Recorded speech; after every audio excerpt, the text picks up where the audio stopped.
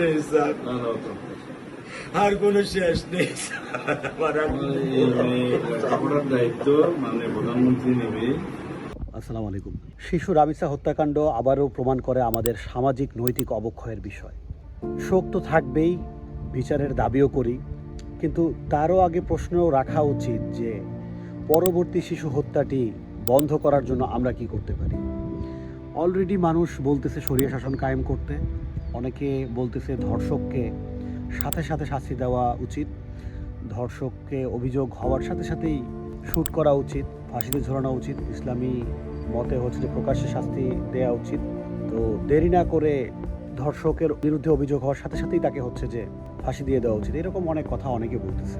আমি বলবো আইন সেটা আইনই, যে আইনই হোক না কেন, এমনকি ইসলামী আইনেও ধর্ষককে প্রমাণিত ধর্ষক হইতে হবে। 4 জন সাক্ষী প্রয়োজন আছে নাকি 3 জন, সেটা আলেমরা ভালো বলতে পারবে, বাট প্রমাণের একটা বিষয় থাকেই। অর্থাৎ এমন যেন কখনো না হয় যে একজন ধর্ষণ করলো আর একজনকে মানুষ অ্যাজিউম করে, ধারণা করে সেই শিশু হত্যার জন্য, শিশু ধর্ষণের জন্য হচ্ছে যে আবেগের বশবর্তী হয়ে সাথে সাথে তার উপরে মব জাস্টিস করে দিল। অর্থাৎ এই শিশু হত্যার পরে মানুষ যখন সরকারের কাছে বিচার চাচ্ছে, তখনও একটা দল মব জাস্টিসকে কোনো না কোনোভাবে সাপোর্ট করেই যাচ্ছে। এবং আমরা যদি একটু তাদের আইডিগুলো, প্রোফাইলগুলো দেখি, তাহলে বুঝতে পারবো যে তারা আসলে কোন দলের সমর্থক। তা আপনারা এটা বুঝে নেবেন যে তারা কোন দলের সমর্থক। এবার আসি যে নেক্সট কোনো একটা ধর্ষণ থামানোর জন্য আমরা কি করব, এটা জানা খুব জরুরি। আমার ভিডিওর মধ্যে সবচেয়ে ইম্পর্টেন্ট পার্ট হচ্ছে এইটা, যে পরবর্তী ধর্ষণটা আমরা বন্ধ করতে পারি কিভাবে। আসলে সেটা শিশু হোক অথবা মেয়ে হোক, যেভাবেই হোক না কেন, আল্লাহর ওয়াস্তে কেউ হচ্ছে যে বললেন না যে শালীন পোশাক পরতে হবে, এই করতে হবে, ওই করতে হবে, ছেলেদের সাথে মেশা যাবে না। একটা ছোট শিশু কিছুই জানে না, তো শিশুদের ক্ষেত্রে এই ধরনের কথা কোনোভাবেই বলা যাবে না। যারা এই ধরনের কথা বলতেছে তারা অশিক্ষিত, বর্বর, মূর্খ টাইপের মানুষ, এতে কোনো সন্দেহ নাই। শিশুদের নিয়ে তারা মানে এরকম কথা যারা বলে ফেলছে অলরেডি অনেকগুলো কমেন্ট পাওয়া যাচ্ছে ফেসবুকে, যে শিশু রামিসার ছবিতেও তারা হচ্ছে যে অনেক ধরনের অ্যাডভাইস দিচ্ছে, অনেক রকম অ্যাডভাইস দিচ্ছে। অনেকে হয়তো বা বলতে পারে যে রামিসার মায়ের ব্যবহার ভালো না, রামিসার মায়ের স্বভাব চরিত্র নিয়েও অনেকে কথা বলতে পারে। আমি সারপ্রাইজ হব না, কারণ আমি জানি যে আমার এই বাংলাদেশি এই সোসাইটিটা এবং এই থার্ড ক্লাস মোল্লা সোসাইটি যে কত খারাপ হইতে পারে, এটা আমি জানি। সো যদি কেউ রামিসার মায়ের স্বভাব নিয়েও প্রশ্ন তোলে, আমি আসলে অবাক হব না। একজন মুসলমান হিসেবে শরিয়া ল চাইতেই পারেন, কিন্তু সেই শরিয়া ল যদি থার্ড ক্লাস মোল্লাদের হাতে হয়, তাহলে এই শরিয়া ল কাউকে কোনো হেল্প করবে না। কেন বলতেছি থার্ড ক্লাস মোল্লা? কারা থার্ড ক্লাস মোল্লা? থার্ড ক্লাস মোল্লা হচ্ছে পলিটিক্যাল মোল্লা যারা, তারা।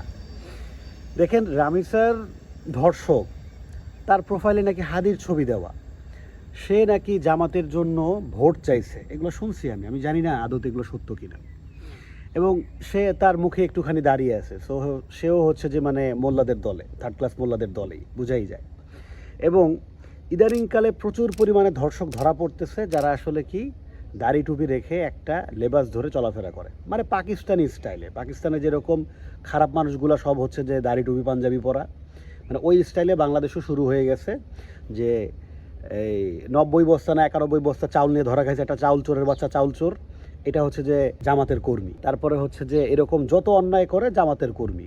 আমি বলবো না যে দল করাটা কোনো অন্যায়, কিন্তু কথা হয়েছে যে যেই দল ইসলামী মূল্যবোধের উপরে চলে, যেই দলের মেইন বিষয়টাই হচ্ছে যে শরিয়া, মানে তারা বলে মাঝে মাঝে, সামটাইমস বলে, যদিও তারা না, মানুষকে ধোঁকা দিয়ে নিজেদের পরিচয় সবসময় হচ্ছে যে মানে ইসলামের সাথে দিয়ে তারপরে এই দল করে অপকর্ম। এবং এই দলের সাধারণভাবেই হচ্ছে যে কর্মীরা একটা মোটামুটি একটা ছাড় পেয়ে যায় মানুষের কাছে, সোসাইটিতে।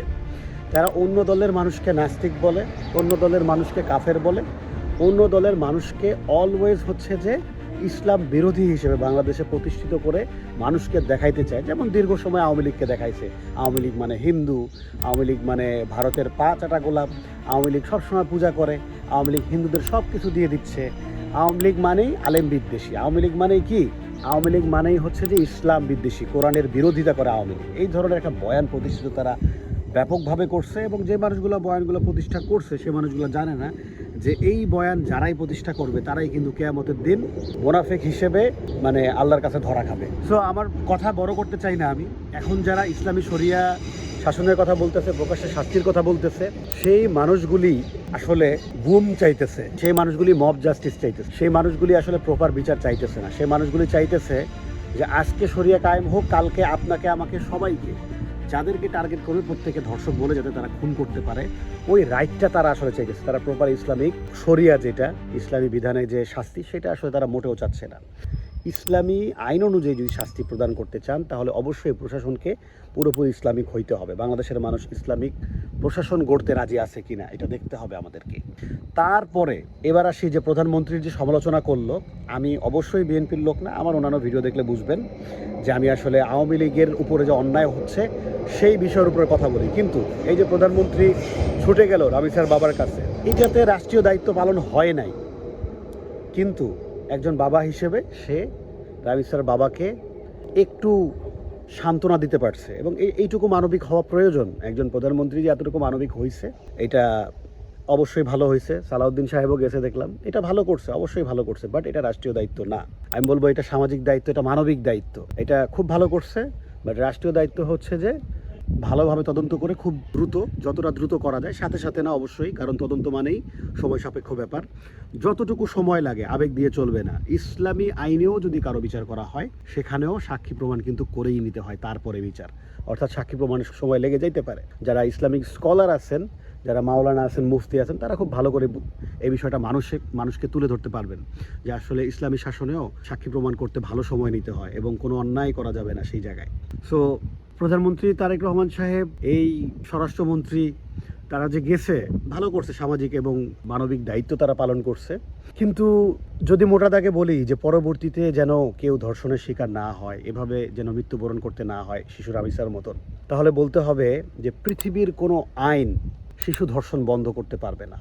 আবার যদি বলেন শরিয়া আইন বন্ধ করতে পারবে, সেটাও পারবে না। শরিয়া আইনও বন্ধ করতে পারবে না, কারণ পৃথিবীতে অনেক জায়গায় শরিয়া আইন আছে, সেখানেও শিশু ধর্ষণ হয়, তুলনামূলক কম হইতে পারে। শিশু ধর্ষণটা তখনই হবে না যখন আপনি শরিয়া আইন শুধু না, আপনার মনের মধ্যে যখন শরিয়া থাকবে, আপনি যখন নিজে থেকেই চিন্তা করবেন, নিজে থেকেই 100% হচ্ছে যে আপনি বিশ্বাস করেন যে আপনার মৃত্যুর পরে আপনাকে জবাবদিহিতার শিকার হতে হবে, আপনার মৃত্যুর পরে আপনাকে অবশ্যই আল্লাহর সামনে দাঁড়াইতে হবে, এটা যদি আপনি বিশ্বাস করেন, ইয়োরসেলফ যদি আপনি বিশ্বাস করেন, তাহলেই কেবল এই ধরনের অন্যায় বন্ধ হওয়া সম্ভব। তো যারা আসলে পলিটিক্যাল কারণে মাথায় টুপি দেয়, পলিটিক্যাল কারণে মুখে দাড়ি রাখে, যারা আসলে অন্যায়কে হালাল করার জন্য শরিয়া করে, তাদের মতন শরিয়া আসলে আসলে বাংলাদেশে অন্যায় বন্ধ হবে না, কোনো দেশেই হবে না।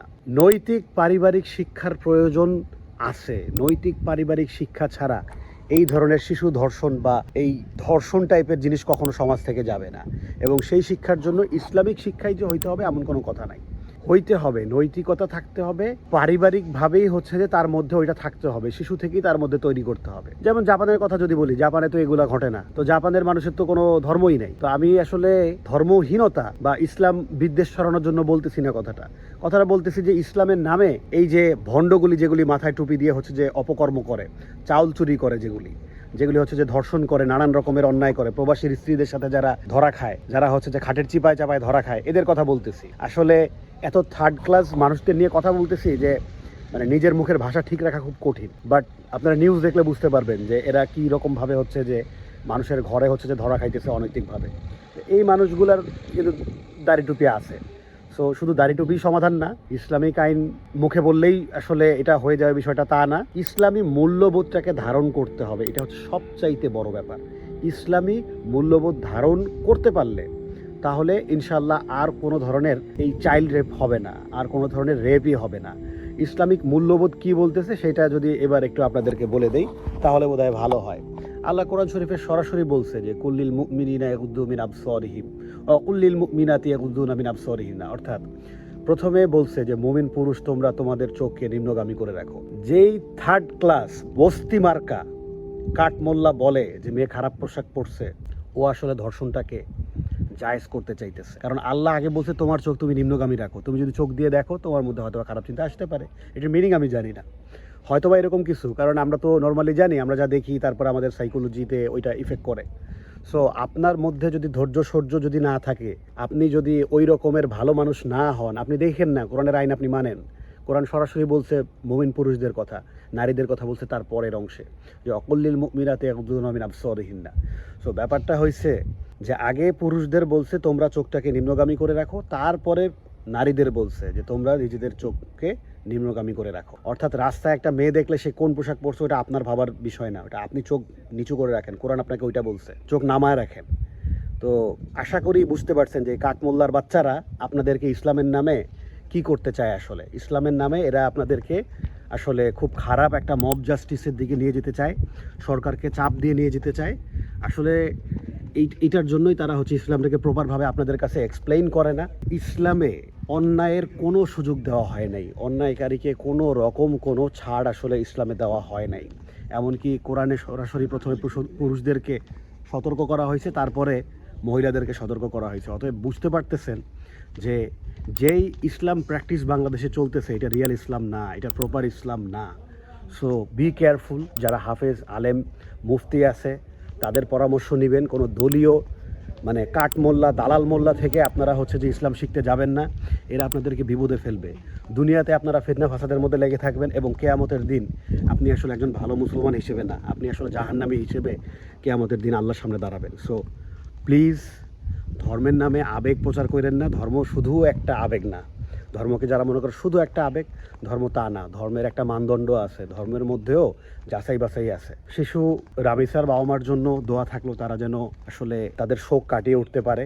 এবং আমি আসলে এই প্রধানমন্ত্রী এবং স্বরাষ্ট্রমন্ত্রীকে ধন্যবাদ জানাচ্ছি অন্তত এই একটা কাজের জন্য, যে তারা সামাজিকভাবে এবং মানবিক একটা দায়িত্ব পালন তারা করছে। পাশাপাশি বলবো যে শুধু শিশু রামিসা না, দৃষ্টান্তমূলক এমন শাস্তি দেওয়া হোক যেন এর পরে শাস্তির ভয়ে অন্ততপক্ষে অপরাধের প্রবণতাটা কমে যায় কিছুটা হইলেও। এবং রাষ্ট্রীয়ভাবে শিক্ষা কার্যক্রমে নৈতিকতা শেখানো হোক, প্র্যাকটিক্যালি নৈতিকতা শেখানো হোক, শিশুদেরকে স্কুলে কলেজে শেখানো হোক যে কীভাবে নারীদের সাথে বিহেভ করতে হয়। এটা ছোটোবেলা থেকেই শিশুরা শিখুক প্র্যাকটিক্যালি।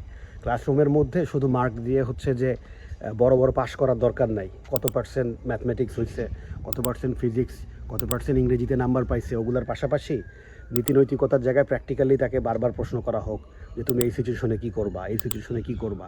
এইভাবে বাচ্চাদেরকে বোঝানো হোক যে তারা নারীদের সাথে কী ব্যবহার করবে। যদি ছোটোবেলা থেকে এই শিক্ষাটা না পায়, বড় হওয়ার পরে এগুলা হবে দাড়ি টুপিওয়ালা কাঠমোল্লা, এগুলা মুখে মুখে ভালো কথা বলবে, কিন্তু সময় সুযোগ পেলে এরা রেপিস্ট হয়ে উঠবে।